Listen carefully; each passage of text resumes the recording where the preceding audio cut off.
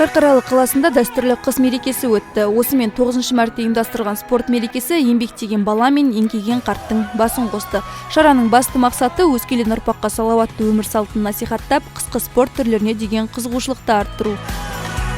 Енді жастайымнан осындай әуес болдым. Ағаларым, інілерім мекемелер тағы да жазыламыз. Үйреткен осындайға.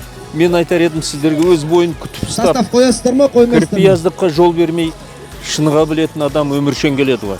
Әзірге 8 заманда жазылды. Енді жергілікті азаматтар, азаматшалар бәрі де осы 2 әйел адам, 1 ер осындай адам. жағдайда, осындай бейбітшілік өмірде өз бойын ұстап, жаңағыдай күтіп, шыныға жүрсе, үлкен семьяларымызға үлкен жақсылық береді ғой. Қыс мерекесі бірнеше қысқы спорт түрінен өткізілетін жарыс. Байрақты бәсекеге аудан орталығындағы мекеме қызметкерлері, мектеп мұғалімдері, оқушылар, қала тұрғындары мен қонақтарынан құралған 8 команда қатысты.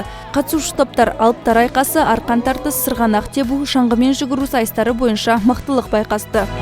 Киелі Қарқаралымыздың тумасын шаңғы спортымен айналысып, әлемнің біраз мемлекеттерінде өнер көрсетіп, сол шаңғыны енді отанымызға оралып, шаңғы спортын дамытайық деп, туризмді дамытайық деп, сол себепті келіп отырмыз. Тартыс өткен жарыс қорытындысы бойынша бірінші орынды мәдениет және тілдерді дамыту бөлімі қызметкерлері иеленді. Екінші орын Қазпошта командасына бұйырса, жүлделі үшінші орын нөмірі 44-ші Мәди Бапиұлы атындағы мектеп ұжымына бұйырды.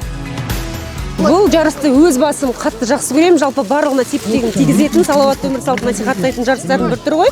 Біз өзіміз бірінші қазақ орта мектебінен боламыз, ұжыммен белсене атсалысамыз. Ұйымдастырушыларға көптен көп рахмет айтамыз. Қарқаралының әсем табиғатын керісінше аша түсетін бір керемет шаралардың бірі деп ойлаймын. Біз әркез ұйымшылықпен қатысамыз.